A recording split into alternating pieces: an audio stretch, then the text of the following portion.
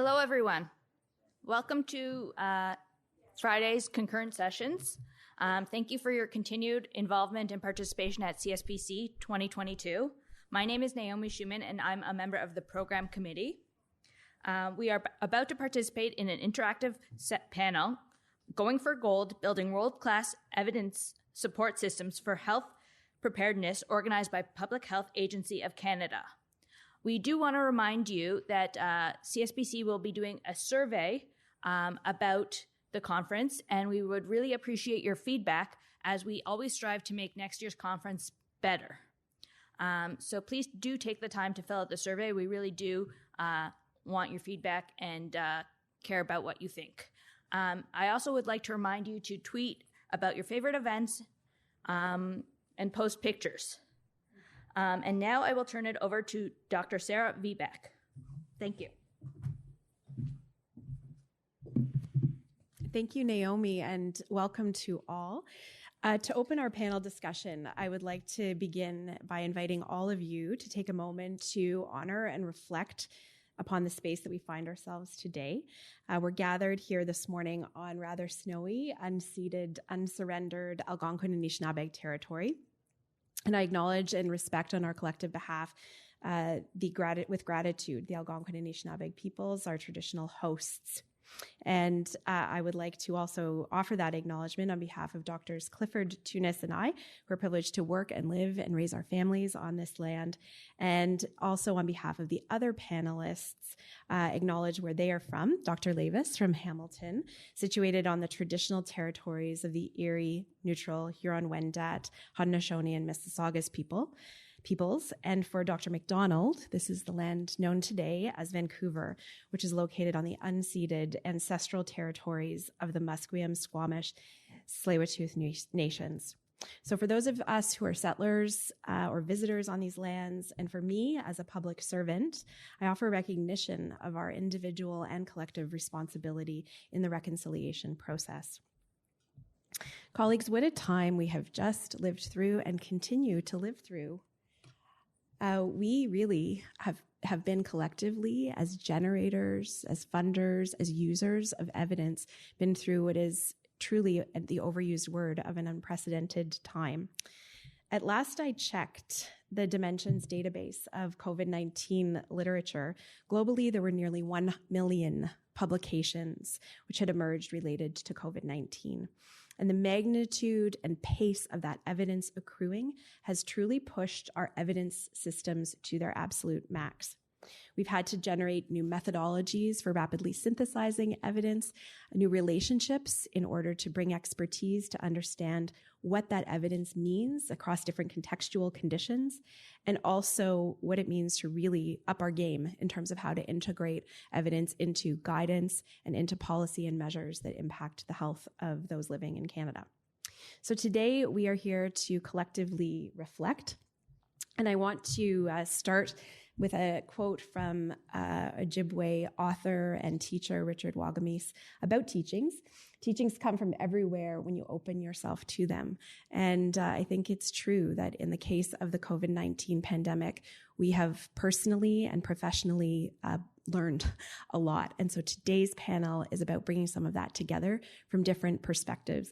And I couldn't be happier to suggest that today we're going to build on learnings from the COVID-19 pandemic, reflect on different types of evidence and ways of synthesizing it and bringing it together into cogent policy advice, considering responsiveness to shifting needs and how to actually rapidly scale capacity to synthesize evidence, and to examine opportunities to formalize collaborations in order to give meaning and sense to that evidence for practical application. We are joined by quite a crew to my left, and I'm really happy to introduce you to our panel. I have beside me Dr. Matthew Tunis. Dr. Tunis is the Executive Secretary for Canada's National Advisory Committee on Immunization. Today's seat is not as hot as the one he's usually used to sitting in. This NACI, as some of you will know it, is an external advisory body to the Public Health Agency of Canada, and he oversees the work plan and scientific activities of the committee. Beside him is Dr. Tammy Clifford, my former colleague at the Canadian Institutes of Health Research. Dr. Clifford is the Vice President of Research, Learning Health Systems, and in this capacity provides leadership for the design and development and administration of the CIHR funding programs, as well as full suite of science policies. Prior to that role, Tammy had her fair share of evidence synthesis on her plate as Chief Scientist and Vice President of Evidence Standards at CADTH, the Canadian Agency for Drugs and Technologies in Health. We also have Dr. John Levis. John supports policymakers and stakeholders in Canada, but also globally, to bring evidence to bear on societal challenges. He does that from his seat as the lead report writer for the Global Commission on Evidence to address societal challenges, and you'll hear about that this morning. Those of you that haven't checked that report out, I encourage you to do so. He also is co-lead of the COVID-19 Evidence Network to support decision-making. He leads the McMaster Health Forum and also the WHO Collaborating Center for Evidence-Informed Policy. And last but certainly not least, Dr. Shannon McDonald, imminently retiring, and so we're delighted. Not that we are counting, friends. Dr. Shannon McDonald is the Chief Medical Officer at the First Nations Health Authority in British Columbia. She is proudly Métis Anishinaabe with deep roots in the Red River Valley of Manitoba. She is a trained physician with postgraduate medical training in community medicine and psychiatry.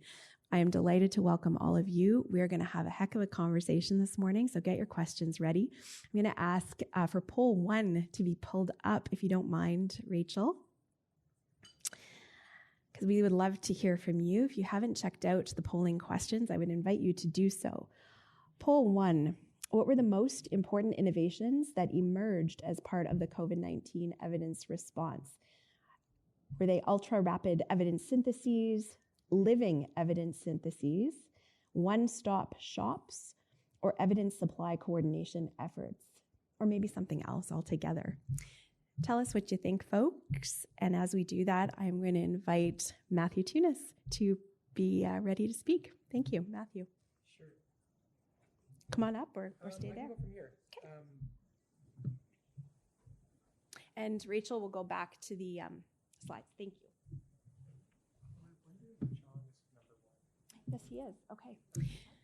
Well, colleagues, I thought that I had these folks sitting in the order in which they were to present, but that is not the case. So, Dr. John Levis, thank you. Thank you very much. It's a pleasure to be here with some folks who I feel like I've been on the phone with a million times, but have never actually met in real life, and then others to see them after not having seen them for a long time. Sarah's instructions to us was we need a minimum of 2 slides. I have a few more, but one was a key lesson learned, and the other one was what do we now do based on the lesson learned. So my key lesson learned is in 2 parts. On the left side, we can't continue to respond to policymakers' questions with preprints or any kind of one-off study, squeaky wheel experts, and old school expert panels. So on the left side, you'll see weighing down the scale the single studies. Single studies need to be independently appraised for quality and slotted alongside all of the other studies that address the same question. Expert opinion, people need to be able to speak in a way that makes it possible to judge their accuracy. So on what basis are they making claims?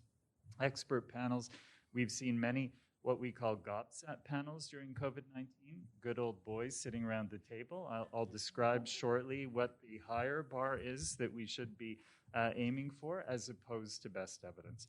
The other thing that we've seen a lot of is using select forms of evidence instead of all the forms of evidence relevant to addressing a question. So my data analytics colleagues, my modeling colleagues, my evaluation colleagues probably felt that their research was getting a lot of visibility during COVID-19, which is great, but there are many other forms of evidence that are absolutely critical.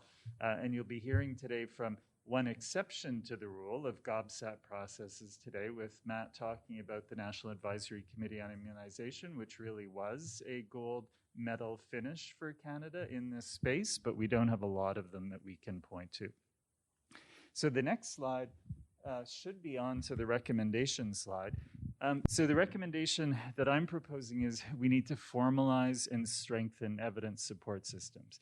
Different from research systems where we focus on peer-reviewed grants, peer-reviewed publications, different from the innovation system where we focus on commercialization. This is about understanding the national or the provincial and territorial context, being demand-driven, timely, contextualizing the evidence for a given decision in an equity-sensitive way. And you'll see on the slide here examples of what we mean. So Sarah oversees an evidence support unit that mobilizes different forms of evidence, especially evidence syntheses for the Public Health Agency of Canada.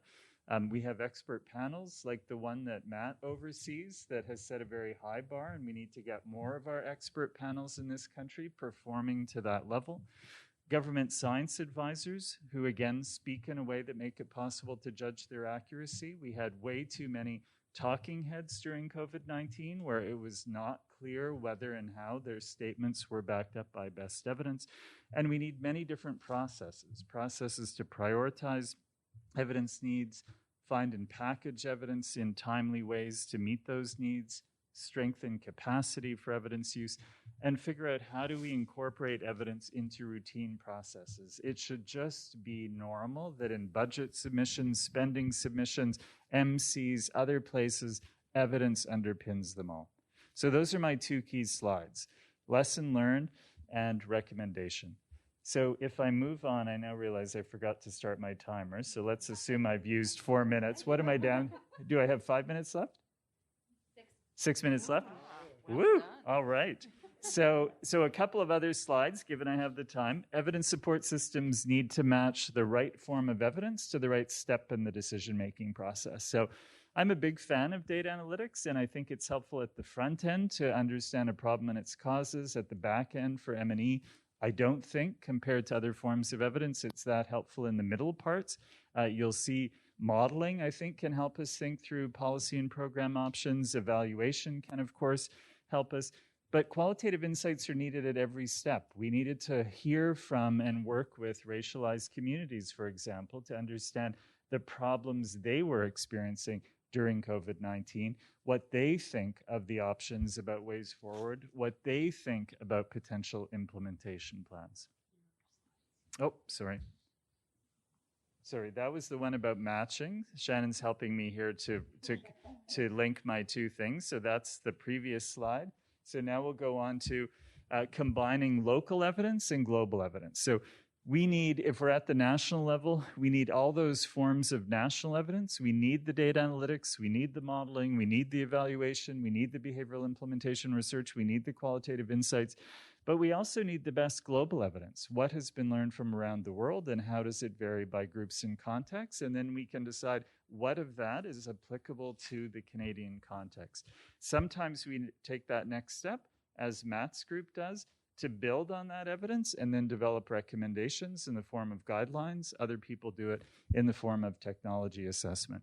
On the right side, you'll see a description of what we mean by evidence syntheses. I think I've now in the last 6 months spoken to almost every deputy in the Government of Canada, and it's amazing how many of them have not heard of an evidence synthesis. And they might say, well, we saw an Auditor General report or something else, but we mean something very specific here. And one of the things that exploded in number during COVID-19 were living evidence syntheses. So there were teams that were adjusting their evidence syntheses sometimes as often as once a week as the context changed, as the issue changed, and as the evidence changed. And those tools are critically important for all of us. In an ideal world, we would have an evolving suite of living evidence syntheses globally, so shops like Sarah can then just pull off hot off the press global evidence and think about how do we put this alongside our national evidence to make sense of what we need to do in our country. So I mentioned these calls with deputies. Some have been with assistant deputy ministers across the Government of Canada. We've had them as well now in 5 of the 13 provinces and territories. We're also doing a deeper dive on the health side. This is a typical call with the deputy. Here's the goals of the discussion. I won't go through it.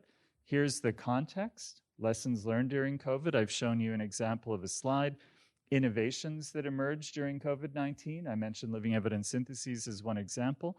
And then this growing recognition of the need to formalize and strengthen evidence support systems. We can point in Canada to a research system. We can point to an innovation system. In all honesty, we cannot point currently to an evidence support system. Then we talk about the challenges that we're hearing from deputies and other people. Unevenly distributed capacities, many people talking about a hollowing out of policy capacity, and if you don't have policy capacity, you can't inject evidence at the right steps. Unevenly supportive culture, many people point to the need to move to greater transparency and evidence inputs if we're going to tackle that, and insufficient enablers. And there's also problems at the interface between the demand and the supply side. With the Public Health Agency, we're in this incredibly unique position that we have an interface in the Office of the Chief Science Advisor, which is where Sarah sits. All the questions can come in through that group and then go out to the best teams across the country or within the agency to respond. And on the evidence supply side, we have a mix of standards. Lots of organizations continue to work with the big management consulting firms on things like evidence, even though we can appraise the quality of their evidence inputs and show them to be of very low quality. And then we talk to deputies and ADMs about what are the features of a high-performing evidence support system and encourage them to think about doing better. We just did this for the Department of National Defence and Veterans Affairs Canada, came out of it with a very concrete idea about how those two departments are going to work together. At the bottom of this slide, and I'm not on it, so you're surmising all of this from what I'm saying, we also sometimes have to emphasize we're talking about research evidence, but that notion intersects with other priorities, like lived experiences. So lived experiences sometimes can be a form of evidence. They can also be a complementary input to decision-making. And as I hope Shannon is going to be speaking about, it's also critical going forward that we put forward Indigenous ways of knowing explicitly as something that needs to be at the table as well. This is just making a final connection to learning health systems. So everything that I've talked about has been more at the level of government policy. This is now down at the level of learning and improvement within a sector. So this particular slide, thank you, Tammy, even with the visual prompt, I don't necessarily do it. At the very bottom, you'll see me mapping forms of evidence into different stages in learning and improvement. So you can take this idea from the level of government to the level of systems, whether that be education, health, or other things. So I think that is my final slide. Yes. And I hope people do better than me at toggling between the two different sites. Thanks very much. Yeah, it's a perfect introduction for my topic. So, as John mentioned, I work with the National Advisory Committee on Immunization, and I'll call it NACI. NACI is our Canadian version of a National Immunization Technical Advisory Group. There are over 100 of such groups around the world. Every country is recommended by WHO to have an independent expert committee who can inform on immunization policy and that interface between the evidence, the research, and what immunization programs should look like. NACI has been Canada's NITAG for over 50 years. So we had a really strong foundation to start on heading into the pandemic. I think that that's one thing that's very apparent. Slides are really small, so I was all annotate them for you, but the slide here is supposed to indicate that NACI has a variety of inputs. So as John was mentioning, it's not only the clinical efficacy of a vaccine that matters. The committee would look at the efficacy, the real-world effectiveness, the safety, immunogenicity, like the immune response. Also formally considers equity, ethics, feasibility, acceptability, and in some cases economics, although not yet for COVID-19 because all the vaccines had been procured up front by the federal government, so it was kind of a sunk cost. But we do anticipate a future where that's part of the decision-making. So this slide, you'll never be able to read it, but it shows you over the first year of the pandemic vaccine program, like 2021 and then into 2022 now, all the different junctures at which new vaccines were authorized and NACI was asked to provide advice on how to use those best in Canada. And there were updates essentially every 2 weeks. And many people would be familiar with that in the news, probably very sick of ever-changing advice. But that was the pace that was required to keep up with the vaccine environment, with the changing epidemiological situation. So there were over 50 guidelines published by the committee throughout the pandemic. And there have only, there were 52 weeks in a year. So there were, it essentially boiled down to one every 2 weeks. The committee was meeting, many, many dozens of times to be able to arrive at this evidence. So it's a very busy environment. And how were we able to support the committee in making evidence-based decisions and evidence-based recommendations was not easy. What we put in place was a variety of a type of living evidence review or synthesis that John was describing. This probably wouldn't be classified as a living systematic review, but internally at the Public Health Agency supporting the committee, we've been cataloging every COVID-19 vaccine study published and preprint published throughout the pandemic. So there are some stats on here. It's been a lot. It's essentially 20 per week is roughly what it boils down to, that are relevant vaccine papers that need to be included. So it's 20 per day, like 140 per week. My mistake. On the next slide here, this shows that this is a little line graph showing the trajectory of the COVID-19 vaccine evidence. So we've seen it. It definitely has little peaks, but you're roughly getting hundreds per month of studies that have been published throughout the pandemic. So it's been a lot to keep track of. And the only way that the committee was able to pivot and issue timely advice within weeks was to have this real-time repository. We were doing it daily. We were actually pulling every new study daily and cataloging them into a repository, tagging them for different topics like myocarditis or effectiveness, hybrid immunity, mixed schedules, that kind of stuff. Because we never knew exactly what the next policy topic would be. So that's an interesting challenge. And when we think about traditional living systematic reviews, ideally they would be structured by a population intervention comparison outcome and like a really clear PICO and a structure and a policy question. The challenge in the pandemic has been the policy questions keep changing. And there have been new things. We discovered vaccine induced immune thrombocytopenia like VIT from AstraZeneca. That was a safety signal that no one anticipated or was aware would occur. Same with the myocarditis, was not detected in the trials. So these new things kept emerging, and we would then have a new thing we were looking for. So it's been a very dynamic process to keep up to date with that.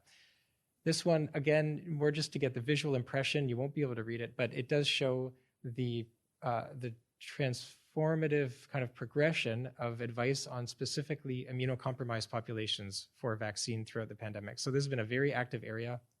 On the left-hand side of that little bar, we have different evidence reviews that have that supported the decisions throughout, some of which came from COVID end. Very helpful to have that input. And then on the right-hand side you kind of see in yellow or orange there, the updates. So many updates over the last 2 years on immunocompromised populations. It was eventually discovered that immune response was not adequate and they needed an additional dose. And then we got into booster programs and so on and so forth. So lots of updates, lots of transformation. Things changed very rapidly. And the challenge was, linking the latest just-in-time evidence with the policy decisions to try and protect Canadians. So for lessons learned and recommendations going forward,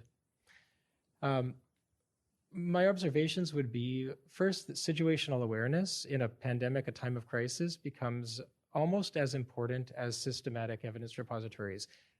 Both are important, I should say. Like we need the systematic evidence reviews and evidence repositories, absolutely. But we also need to learn in real time, within usually 24 hours, that something new and potentially transformative is breaking. Because from a public health system response perspective, if we're days behind the media in knowing about this stuff and understanding it, it's impossible to take leadership nationally. So we need to know just in time and in real time what the latest developments are to be able to actually interpret that, integrate it into our framework and our understanding. Traditional models of science, so peer-reviewed publication, absolutely the gold standard. Everyone would love that.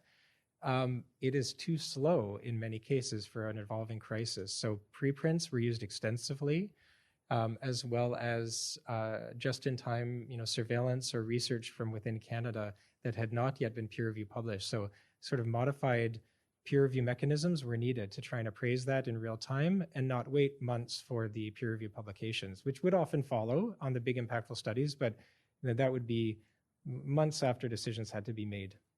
So that was very challenging. And then striving to be evidence-informed does lead to many, many, many updates over time as the evidence evolves rapidly in a public health emergency, as we learned. And communications can be exceptionally challenging. And I think Dr. McDonald would be very familiar with that as a chief medical officer. How do you keep the public on the track and understanding that things change? We learn more. We change our stance on masks. We change our stance on vaccine programs as the evidence evolves. So if we want to truly have science-based evidence-informed policy, it's going to change, and it's going to be painful and uncomfortable and really difficult to communicate. So that's certainly a lesson learned, and I think we have a lot of work to do to figure out how to elevate the discourse about science-informed policy and what that means to a population. So that's my last slide.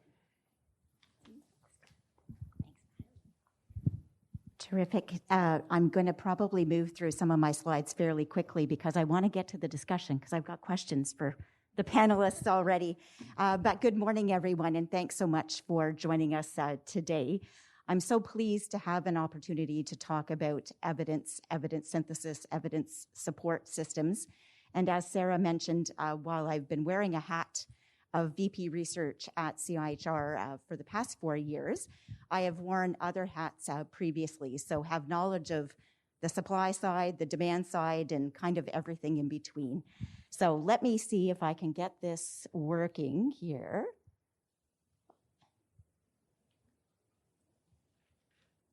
This is sort of like at my house. Okay, no, here we go. So I can just move forward a couple of slides in order to really get to the essence of the day.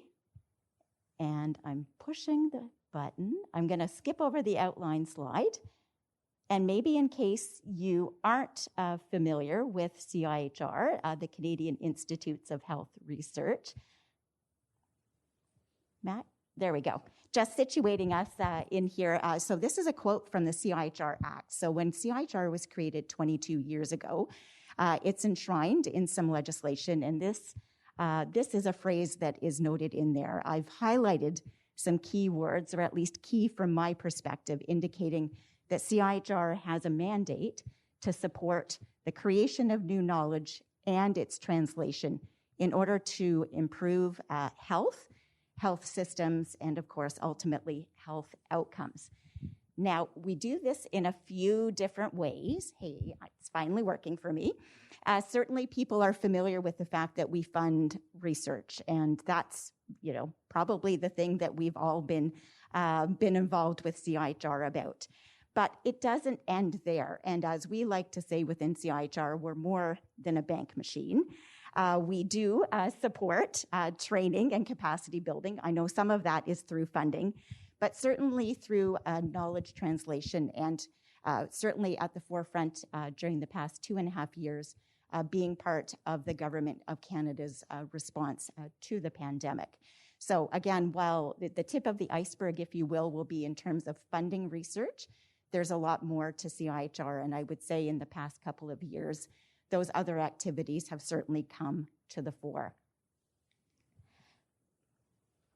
I show this slide to you, again, not to go into any details about who's on the slide and what are the nature of the interactions, but I show it because CIHR does not do its work on its own, not in isolation. Tally there from our partnerships colleagues within CIHR indicates that there are over 250 partnerships that we have with others within a very, very broad health research ecosystem. And so this is going to be important context for when we start or when I start discussing with you some of the work that we've done around evidence support systems. So certainly having patients and persons with lived and living experience at the center is what's guiding what we are doing. On this slide, I don't want you to necessarily look at that really fine print, not at all. If you do want to go take a look, there is a URL provided there, but this gives you a sense of what's happened at CIHR over the past 2.5 years. And it's been, if you were with us on Wednesday during the power outage here, during the CRCC panel, the Canada Research and Coordinating Committee, you likely heard me mention that since the start of the pandemic, March 2020, for us, we have funded close to 1,000 COVID-19 related research projects, and that's thanks to over $400 million of additional funding that has come into the agency and, of course, has gone back out to the communities. I raised this slide here to let you know that back in those days, in the early days, March 2020, there was a lot that we didn't know. And I know, Matt, you referenced how our knowledge has evolved over time as additional evidence has come to bear. But back in March 2020, we were kind of caught flat-footed. We didn't know what we didn't know. We just knew that we needed to research a lot. And so in the early days of the pandemic, CIHR's funding opportunities were intentionally very broad. And over time, as the knowledge base grew, we were able to refine, to hone, to focus funding opportunities that became far more specific in terms of priorities and objectives. And so I give this slide to you as a sense of that evolution, if you will, about the research, academic research ecosystem over the past 30-odd months. This leads me to talk a little bit about, in addition to what was captured on that previous slide, all of the individual research projects that CIHR funded. We also invested in some platforms or networks or consortia, if you will, that I, at least in my own opinion, see as a bit analogous to infrastructure for evidence support systems. And on the slide, again, please do not take this as being exhaustive of all of the investments, but I've chosen to highlight a few in order to give you a sense of some things that existed pre-pandemic, some things that have come online early, middle, and later on during the pandemic, and then really to reflect on the fact that for CIHR as a funder, we have some thinking to do going forward so that we're able to harness these tremendous assets that have been built for the country. And if I may just mention a few, top left-hand corner is Canada's SPORE Evidence Alliance. SPORE is the Strategy for Patient-Oriented Research. And that Evidence Alliance has existed for a good decade, providing evidence syntheses, training, capacity development, and methods work. I know there's been mention a couple of times of COVID End, and that is also noted in the center there. COVID End is a wonderful network that actually brings together over 50 of the world's evidence synthesis, capacity, technology assessment groups, guideline developers. Bottom right-hand corner is RecMap. You'll see it there as COVID-19 recommendations. And it too provides a one-stop shop, if you will, in terms of a catalog of recommendations that exist from across the globe. Top right-hand corner is a logo for a new entry to the market, if you will. It's a Center for Research on Pandemic Preparedness and Health Emergencies that is housed at CIHR. And the intent of that group, again, is to ensure that Canada has an emergency-ready research system. And then bottom left is COVARNet, again, a network that was created in order to support Canada's response to emerging variants of concern.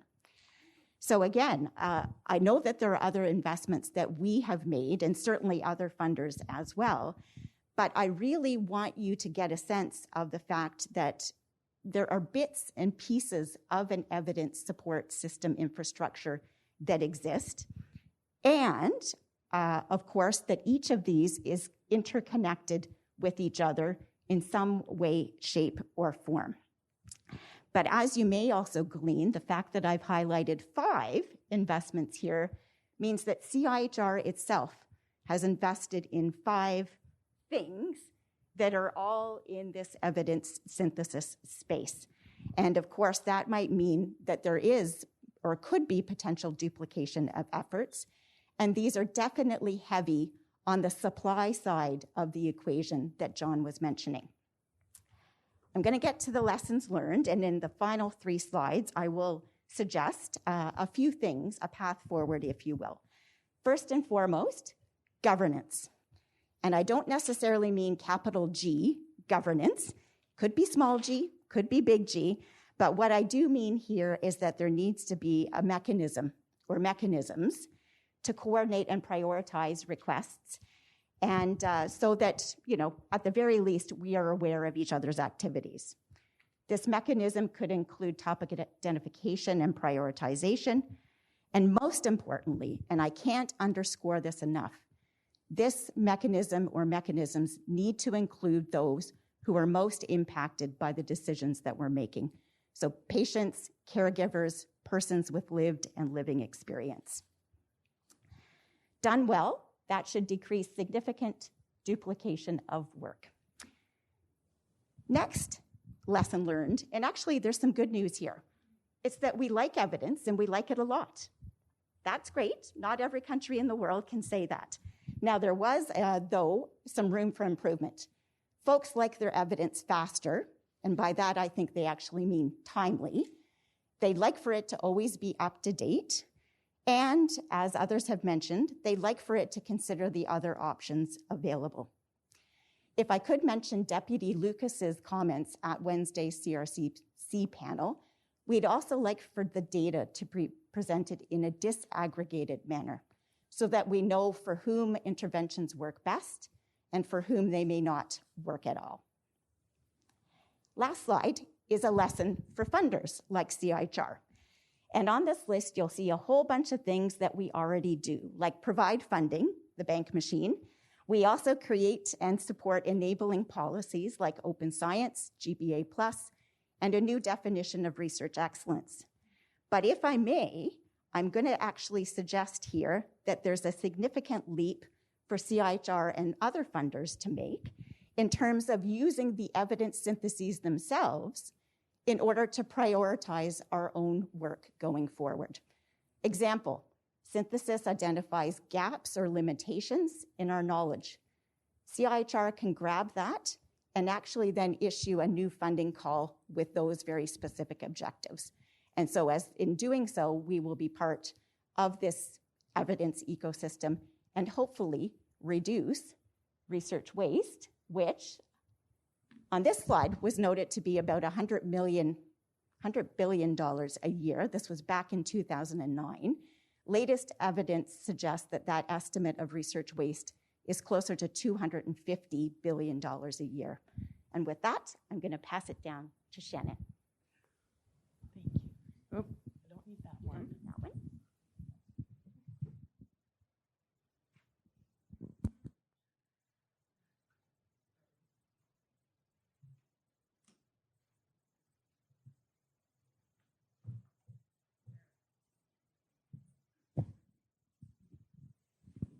Okay, there I'm set.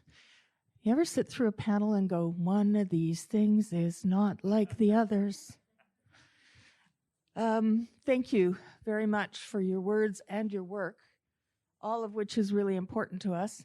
And I am the Chief Medical Officer at the First Nations Health Authority, and I live on Sayut First Nation, just north of Vancouver, just north of Victoria, and I commute back and forth to Vancouver, but I have responsibility for 203 First Nations communities in BC. It's a big piece of work.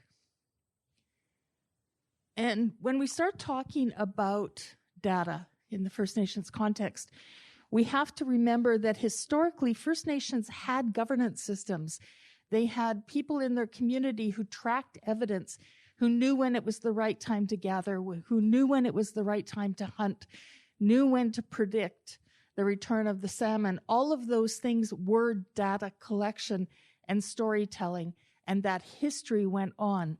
Colonialism and patriarchy destroyed that and told people that they had no value in doing that work.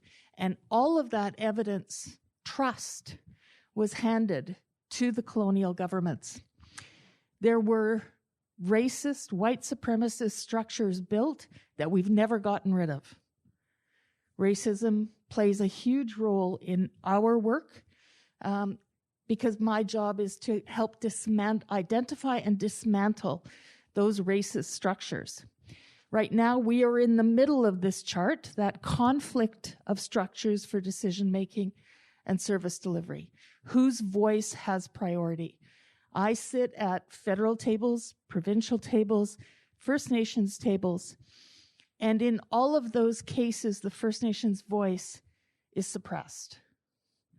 It is very, very challenging to be at those tables and keep saying that's the evidence that's coming forward from Toronto, Vancouver, Montreal. It is not the evidence that's coming from Seke and Kwaracha or, Hawaiiat off the coast of Vancouver Island. So we are working very hard on building collaborative models of public health service delivery, and that includes data reporting and knowledge translation. And ultimately, the goal is First Nations health sovereignty, where First Nations have primacy in those partnerships and decision-making. So who the heck are the First Nations Health Authority? Some of you may not be familiar. We've existed for 13 years. We are Canada's only province-wide health authority run by and for First Nations people.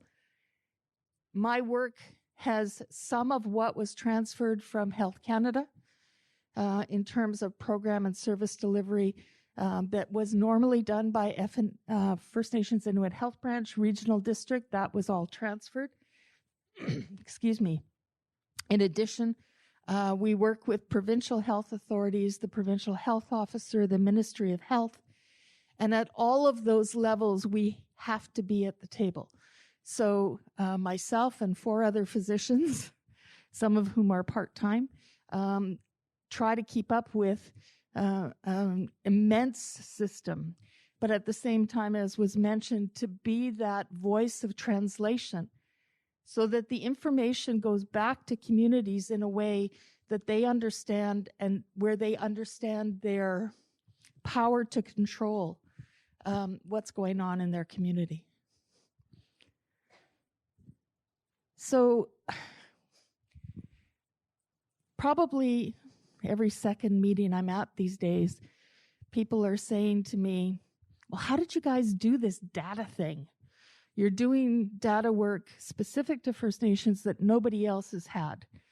We have the benefit of an agreement that allows the creation of something called the First Nations Client File. It is a combination of the Indian Registry from Indigenous Services Canada, the registration and premium billing, or at least it used to be called that, list from the provincial government, so we can link status numbers to personal health numbers, and then we get some cleanup work from vital statistics. And that's all really important in terms of data linkage. We can identify with any provincial data set where the PHN is included. We can be very specific about the status and status eligible First Nations people within that data set. And that allows us to measure all kinds of health services. In the context of COVID, it gave us a very different way of looking at that data than was available anywhere else in the country. But one of the pieces of work that I've added to that we have added to that, is the primacy of Indigenous voice and Indigenous knowledge. So when we do our reports, we make sure that not only do we have the statistical information that's important to our funders, to our partners, because that's what they want to look at, but also reflects the voice of the people. We've been very active in saying, this prevented COVID, but caused this. So we've really seen, for example, in giving that holistic story, communities coming back and saying, but culturally we've been damaged. Culturally we've been held back. We haven't been able to have our ceremonies, our gatherings, our funerals. Those are really important cultural pieces where traditional names at the death of an elder are being transferred to a baby in the community so that the story that goes with that name is continued. That doesn't show up in national data anywhere. So the fundamental right of Indigenous self-determination includes the right to construct knowledge in accordance with self-determined definitions of what is real and what is valuable. And one of the things that communities say to me all the time when I'm standing there rattling off the data, COVID, toxic drug crisis, all these areas where our nations have been disproportionately impacted, the first thing they say to me is, we're not numbers. What you've got on that screen is my son, my grandmother, my community. And we have to find a way to tell that story differently. So, I'm trying to get through this in enough time. Guiding principles for effective knowledge synthesis and mobilization with First Nations community. And thank you to CIHR who are allowing us with a new grant to do a little bit more of this work. One of our first directives is that everything we do is community-driven and nation-based. Understanding that the community on the west part of Vancouver Island is completely different from one that's in the Kootenays or one that's in the north.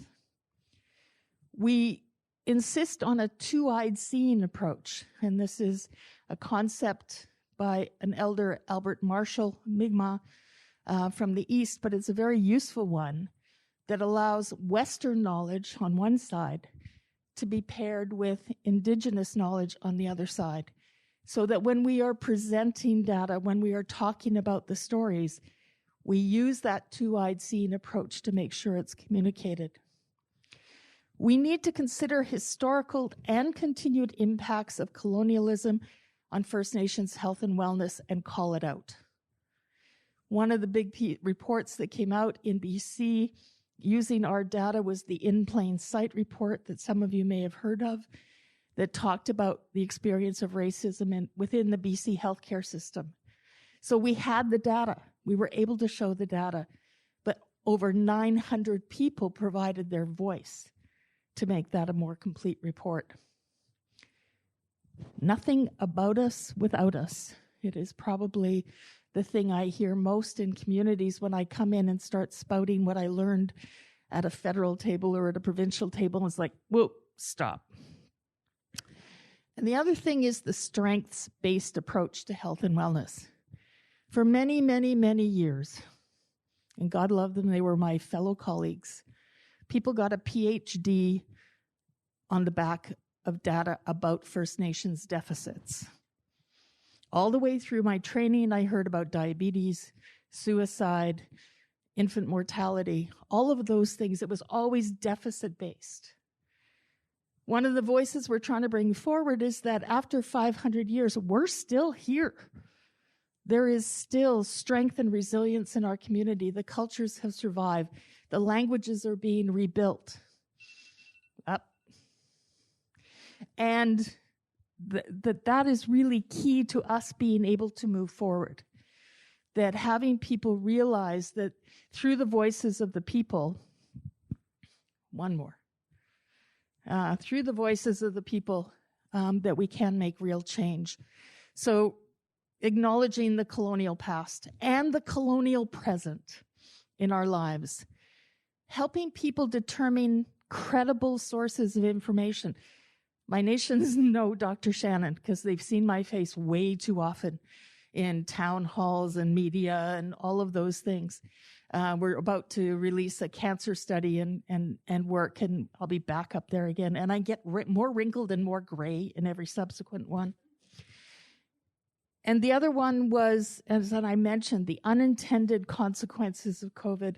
And we're really seeing that come out now with the community demands about the disproportionate impact on mental health and the toxic drug crisis.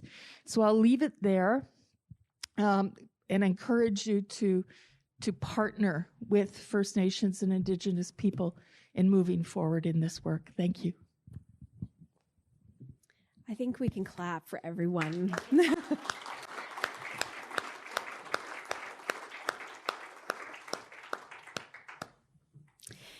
Panelists, thank you so much for your reflections. And John, among the many things that you said, you really focused on the evidence support systems and what the critical ingredients are. Matthew, focusing on the intersection and realities of living evidence and living guidance and where those meet in real time. Tammy, the levers that funders have, not just money. And Shannon, the need to dismantle and decolonize structures and systems of oppression when it comes to knowledge, not just for First Nations and Inuit Métis peoples, but across the board. So thank you all for your remarks. It is now my privilege to get to facilitate and enable conversation among you. I'm not as scary as every speaker to the minute on timeness would suggest. And I would invite you to come to the microphone. Let's take advantage of the knowledge in front of us and have some exchange. Please introduce yourself. Hello. Me. First of all, thank you so much for this panel. It's impressive to see all the work that's been done and have it fleshed out like that. And so thank you for all the work also that you've done. My name is Inbal. I work at the Canadian Consortium on Neurodegeneration and Aging. That's CHR funded, as well as community partners, Alzheimer's Society of Canada, Brain Canada, and others. We're a synergistic network of leading dementia researchers in the country, including a team that works on the indigenous cognitive health with indigenous communities. Dementia is one of our next already happening big health challenge. And, with baby boomers starting to cross that threshold of 75 years old into much higher risk of dementia, we know we're going to see very big numbers of that. And I'm wondering, what can we all do to work better together? We don't feel that we have such a tight, good flow between scientists and policy in the space of dementia. How can we work better together effectively long-term? How can we make sure that a national dementia strategy is implemented, particularly the research component, including the basic research? As we know from the COVID example, basic research from the 80s and 90s was used as the basis for the mRNA vaccines. So we know this is a long game. What can we do? Or how can we learn from these experiences that you're talking about to work better together for this particular health challenge? Thank you for your question. So we're talking about a health emergency of a different kind, an emergency that is long-term and accruing. So how about top tips or advice around collaborating across the full spectrum of science for this emerging and important health issue? John, please. So I guess to me, I don't know if because I was so disconnected between what I was looking at and what you were looking at, but we're now trying to map a lot of this thinking onto this notion of a learning health system, and this is an area that Tammy's leading on for CIHR. And part of a learning health system is trying to work with the existing structures in the system, and right now many health systems across the country are starting to use an approach to population health management that has primary care at the core, and then makes connections to specialized lines of service and thinks of the population not as just this big group, but segments groups according to their risks and according to their needs for accessing care. And as people with dementia become more complex in their needs and as they face barriers to accessing care, we need to be building more services around them. So I think one of the big issues for dementia researchers is, how do they connect to those structures that are supporting learning and improvement? And how do you bring your forms of evidence to the table in those mechanisms? Don't build new ones. I have a colleague at UNICEF who says, build and work within systems, don't just rely on personal relationships. So what I would love to see are the dementia researchers coming to the table with other researchers and starting to fit in and build better systems for evidence support. So that would be my quick reaction. Shannon? Now I've got your mic. Life expectancy for First Nations in Canada is different. And we've just received a piece of data work that linked the First Nations client file to the life expectancy file for BC. And our life expectancy has actually dropped in the face of COVID and the toxic drug crisis. We are losing people in the prime of their life. The other thing that's a factor here is that very few communities have long-term care capacity. So it's about home care. It's about supporting families. So we have been doing work with a rural and remote initiative in the province to look at what needs to happen at the community level. What are the training needs for people in the community? What are the cultural needs of the elders in the community? Because they are so valued. They are the libraries. They are the knowledge keepers and the language holders. And I don't think Indigenous people are alone in that. There are many other cultures who reflect that same reality. And we often, in our health systems, think about hospital beds and long-term care beds. My husband works in home care service delivery, and they're swamped. They're absolutely overwhelmed because people want to stay at home for all the reasons we understand. So sometimes I think we have to shift our thinking about what we're going to do in response, and it's not about more hospital or long-term care beds. It's about how are we going to support people in their communities to continue to live their lives. Thank you for your question. And I'm going to go to Michael, please.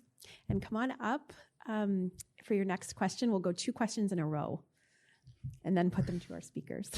Thanks. I'm inclined sometimes to be a curmudgeon, but let me start by saying it's really been wonderful to see an awful lot of the successful and very speedy and not risk-averse adaptation to the pandemic over the last 2.5 years.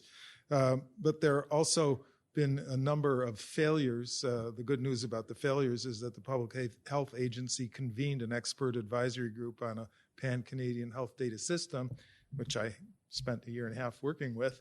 And another tremendous bit of good news is we currently have a federal health minister who gets it. Unfortunately, a bunch of provincial premiers seem not to get it or to be overly concerned with bucks with no strings attached. But part of learning from experience is recognizing failures, and I have a little list here. So why did it take so long to recognize aerosol transmission versus droplet? Why did it take so long to realize that personal support workers had multiple jobs and were intermediate vector bosons for carrying the virus around? Why does Canada take 4 or 5 months to be able to compute excess deaths when the US can do it in 2 weeks? Why did we not recognize the need to have socioeconomic status data for essential workers and much finer geographic breakdowns? Why is it that, I won't name the province or agency, that there's a database for infections and there's a database for vaccinations and there's a database for hospitalizations, but those computer systems, at least for a year or more, did not talk to each other? Why is it still the case that some of Canada's leading modelers are unable to share genomic information even within a province, let alone across the country? Why? And FAC has a modeling table. I had the privilege of being on it. Why was FAC unwilling to share some of the completely anonymous documents about what they were finding? The lags in adopting rapid testing. The idea was first brought to prominence in June of 2020 in a New York Times article. I personally raised it some months later at this modeling table. It took well over a year before people started saying, well, maybe we should take this seriously. We don't need to have the super high quality stuff. Seroprevalence surveys. In fact, NACI finally decided to give StatCan some money to do it. The Brits had been doing it from the get-go. Long COVID.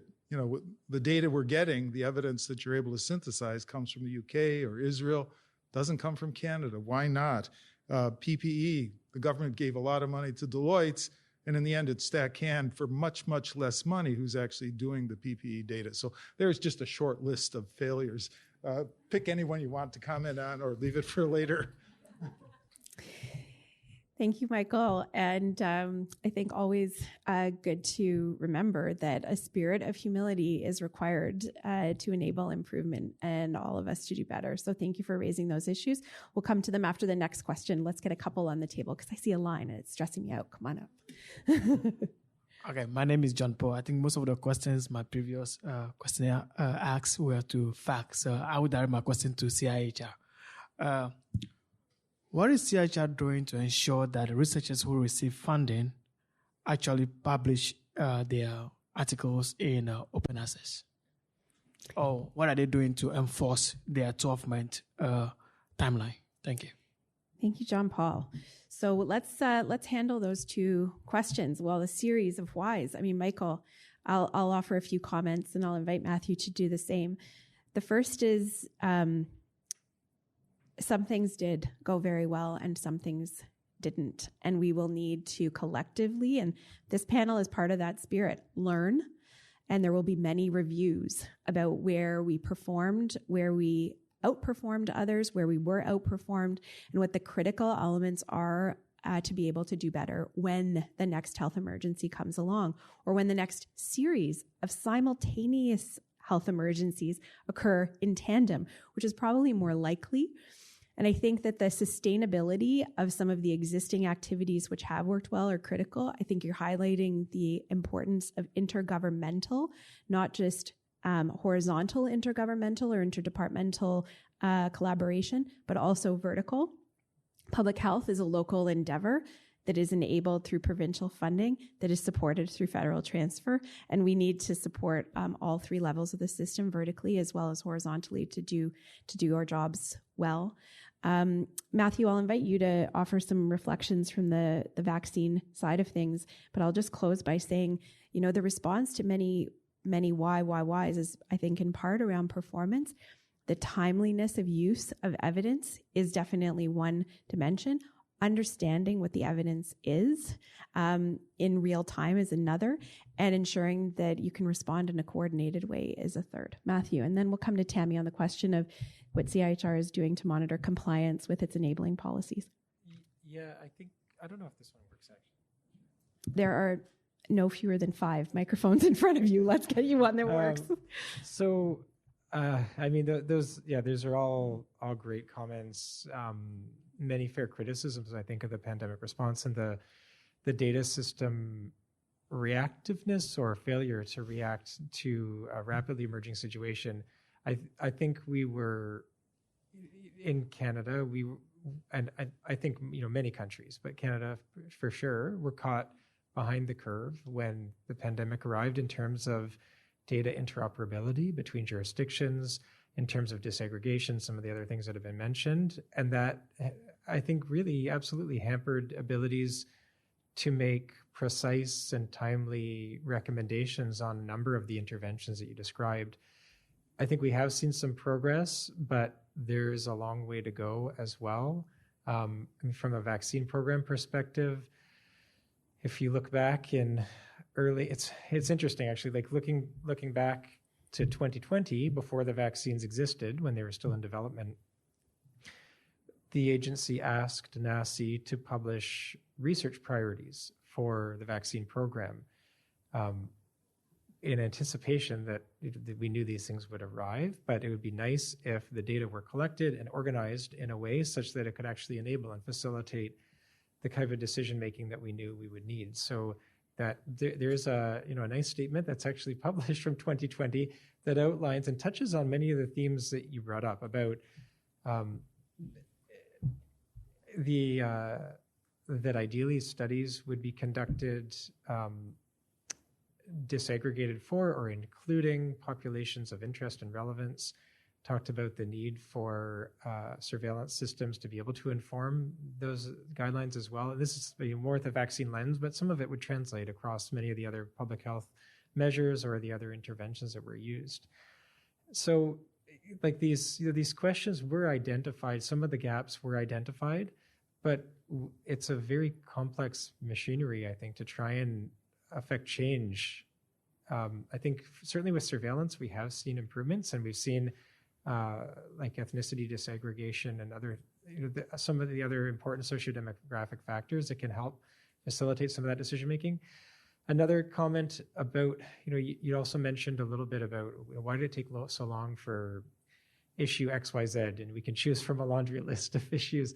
And I think this is an interesting thing to reflect on, and maybe some of the other panelists actually would have some perspectives on which problems do we expect the evidence to solve the problems will come, or either by necessity or by convenience from within Canada, and which evidence do we expect to come from another country, either because they have better data systems in place or because they just have a larger population and we expect infectious diseases to rip through them faster, and like you'll learn more faster than in a small country.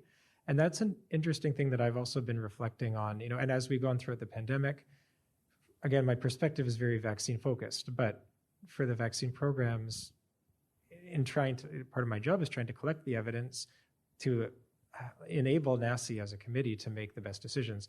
And it's been a mix for sure. There have been some things that we can read as many papers as we want from Qatar or Israel or whatever. It's not going to actually answer the question about the Canadian reality. And increasingly, as the vaccine programs became diversified across the world, and we had different countries taking different approaches, using different products and different schedules and things like that, it became less and less relevant actually to look over the fence and see, okay, well, what is the latest Israel study saying? Because it became increasingly inapplicable to our context.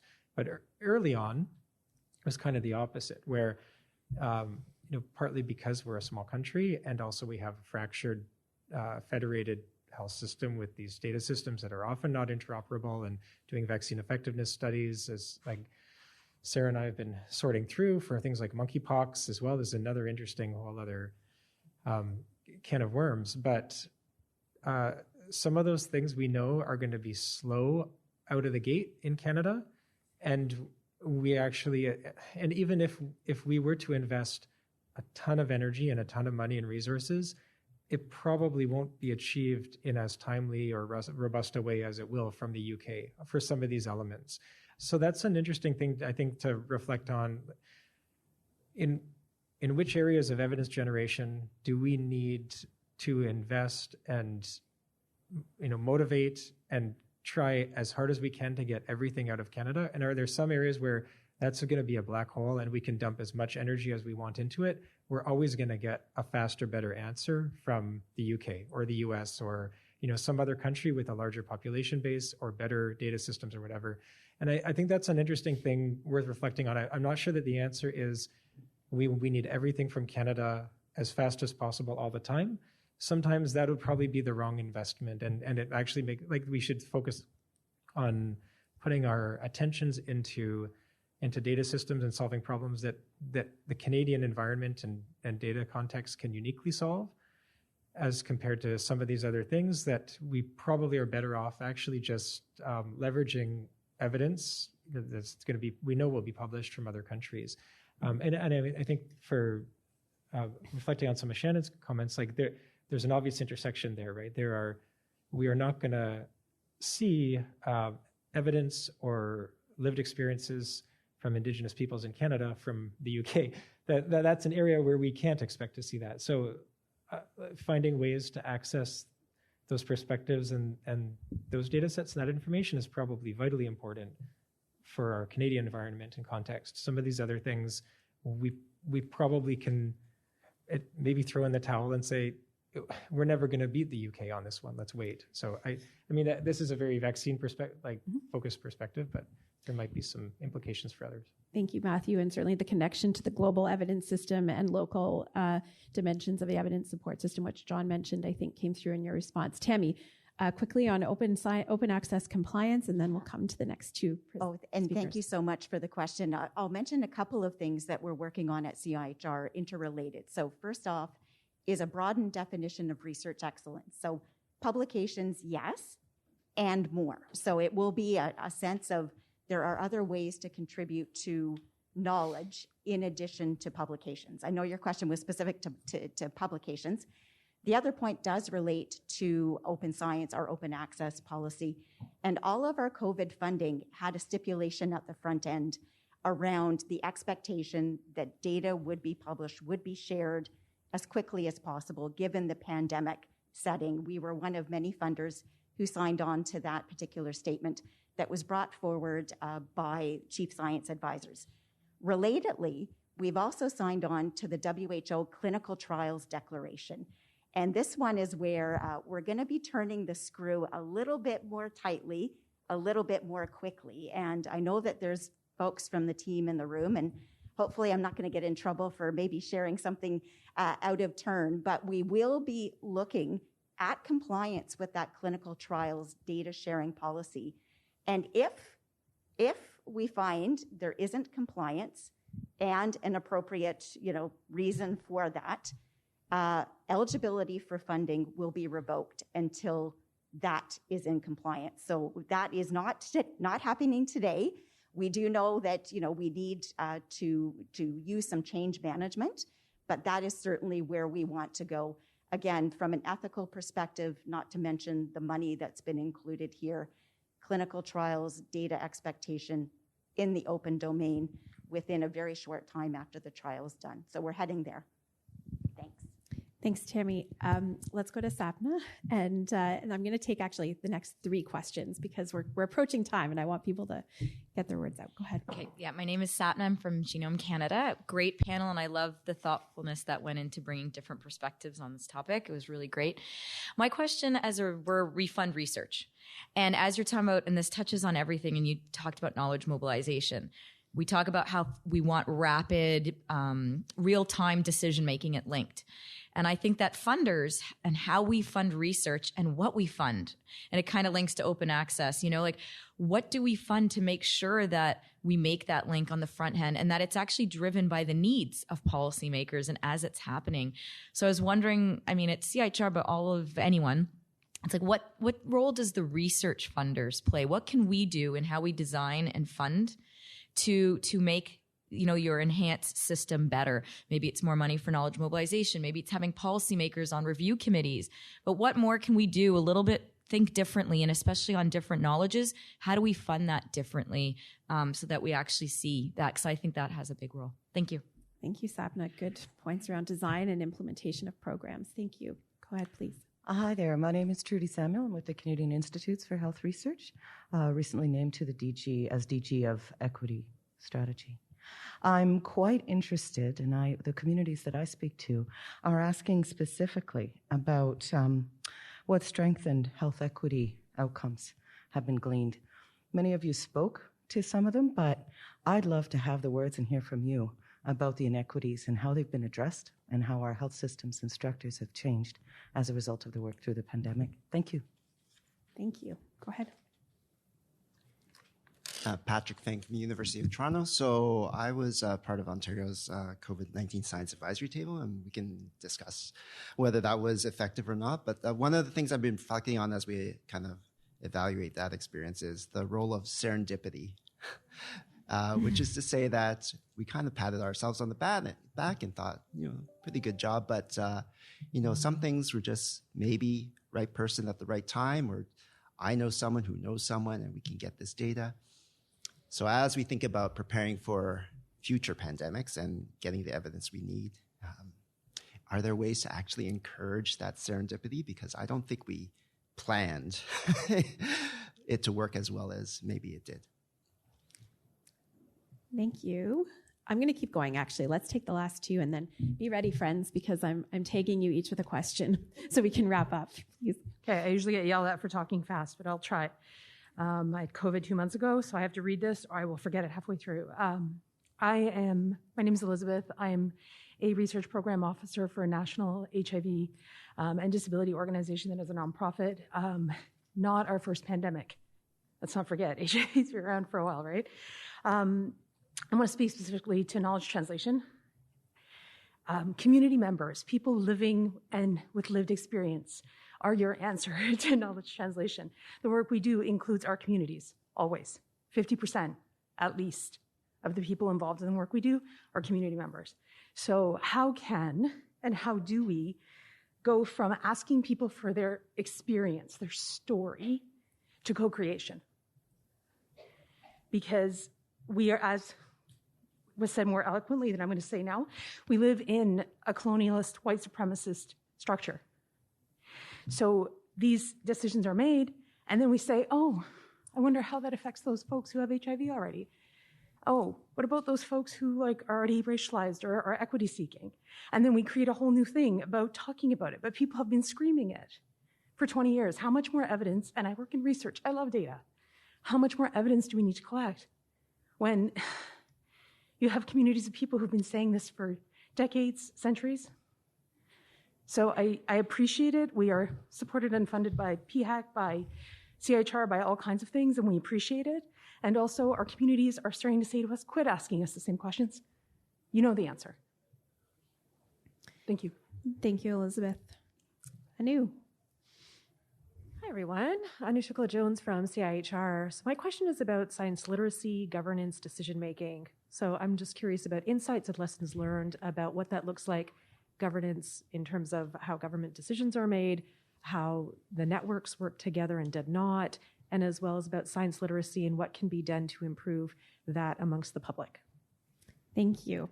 Thank you for those questions. We could go all day here. On the question from Sapna related to funding, program design, and implementation, Cami, I'm going to come to you on that one. Matthew, get ready for health equity and data around equitable health outcomes.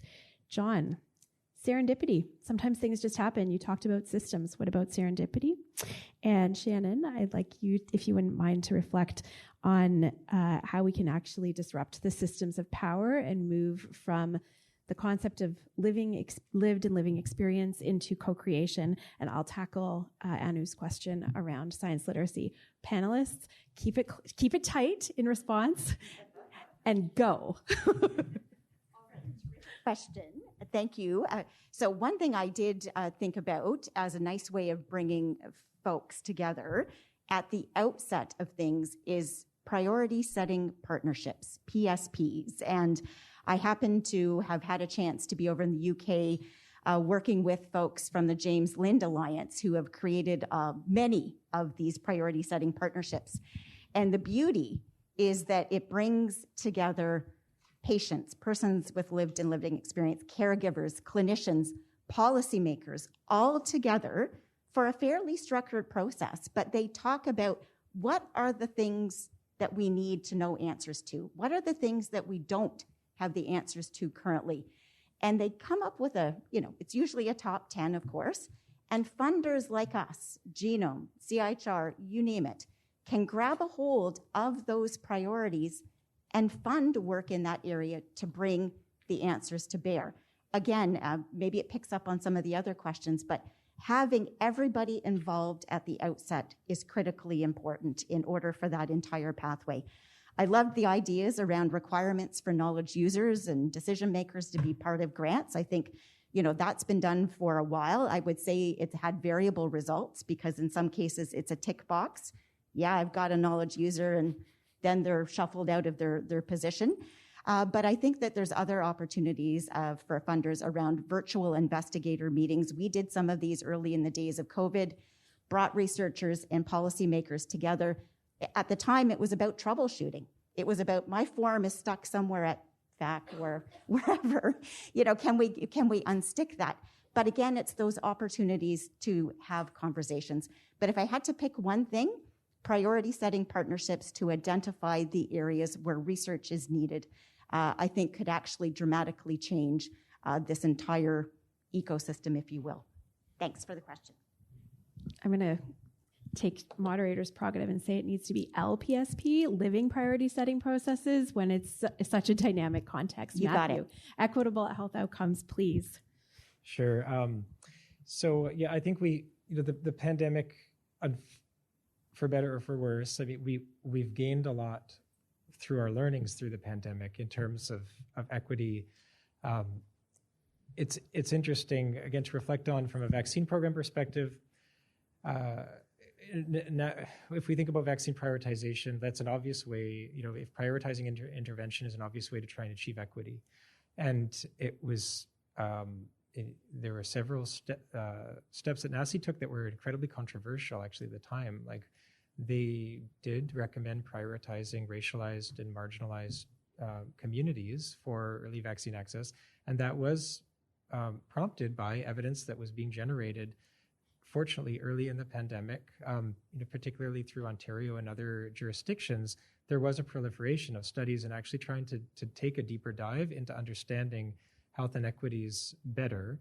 I think that systems have evolved. We do now, like the COVID data did start becoming disaggregated throughout. It took a while. It wasn't probably wasn't even within 2020, but eventually that did materialize. So there have been some developments that have been quite positive.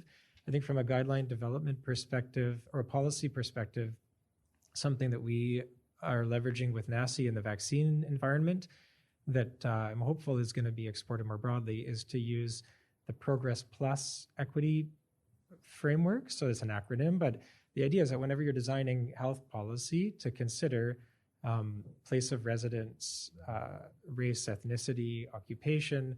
Like it's an acronym that identifies a number of socio-demographic factors that we know could potentially drive inequity. So to try and map available evidence against those factors can help inform intelligent policy that can ideally strive to reduce inequities. And I would comment as well, so Matthew? Oh, too much? Okay. I think we're going to go to John. I'm sorry, I want to hear more, but I'm going to suggest follow-up conversation. Please, John. Well, you won't be surprised to hear me say I think we need to build systems, not rely on serendipity and not rely on personal relationships. The path that personal relationships take us down is if you happen to be within 500 meters of Queen's Park or something, you get privileged access. And that's not about who brings the right forms of evidence. How much better would the Ontario Science Table have been had there been existing mechanisms that flowed the right questions to the table as they emerged, as opposed to relying on researchers to come up with them? How much better would the Ontario Science Table have been had there been people with lived experience, had there been methods experts with multiple forms of evidence alongside the content experts? How much better would the Ontario Science Table have been had they had to ground every recommendation explicitly in evidence or be clear when they were relying on other insights? A lot of the messaging that we saw reflected people's personal values and preferences, and it wasn't always clear how much of that was based on best evidence. So I would really like to see us build evidence support systems that, given the question, we go to the best teams across the country that can provide timely, demand-driven evidence, and we don't rely on your proximity to Queen's Park or the Parliament of Canada or Health Canada or others in terms of where you get there. So to me, there's a real opportunity. And I'll just say one other thing, which is I'm thrilled by the focus on data analytics. And I think that will, and data generally, that will help us with data analytics, that will help us with modeling, it will be an input to evaluation. But we have a super anemic conversation in this country about other forms of evidence. It's data, but we're not talking about behavioral implementation research, evidence synthesis, high-quality guidelines, all of these other pieces of an evidence support system. So I love the investments in data, but we also need these other investments. And to the point around lived experience and Indigenous ways of knowing, two different things, we also need to really invest in getting that front and center as well. Recognized as science. I've spent my life as an activist. I was the noisy, sign-carrying kid at the Manitoba legislature for most of my youth. At 36 years old, with 3 kids under the age of 6, I decided that I got tired of not getting a seat at the table. And I went to medical school. Who knew? I think there have been a lot of people over the years who did not believe capacity exists where we know it exists. Mm-hmm. And that need to be disruptors, that need to be able to voice the knowledge. The First Nations Health Authority exists because a group of First Nations leaders in BC said enough. We're not getting what we need from the health system. We have to change this. We have to be at the house of power. We have to be able to be consistent in our message. We have to say no more afterput. Do you know what I mean by afterput? Right? The papers and decisions that are made, and then you get sent something the day before it's due, and please comment on this, and they're going to do it anyway. It was just a big part of the way things have worked for a very, very long time. Well, now we have the UN Declaration on the Rights of Indigenous People. We have a provincial legislative piece, the Declaration of Rights on Rights of Indigenous Peoples Act. There's now an action plan supporting that act. So those of us who are activists and disruptors get some validity, but now it's put up or shut up. So that's not success. And we really have to continue the battle, continue to be the voices, and bring those up behind us who will continue to do that after we retire, and really demand change in our system. And unless there's people doing that, it won't change. Thank you, Shannon. All of you, thank you. And I'll speak to the point of science literacy as I close this session. As the Chief Science Officer at the Public Health Agency of Canada in the public service, I am reminded every single day that science matters to the public. And our job as scientists and those who have positions of privilege and influence in relation to briefing ministers, briefing deputies, convening folks across departments, engaging with the public has a role in playing in science literacy. When we see that science is changing, or today margarine's bad, tomorrow butter's bad, or whatever the case may be, we have to be able to situate the place of, single studies are not science. In the case of public health, we have sciences that we're drawing on. It's interdisciplinary. It's from multiple sectors and sources of evidence. We have to find ways of sharing and making it understandable to the public. And lastly, we have to remind folks that science is a process.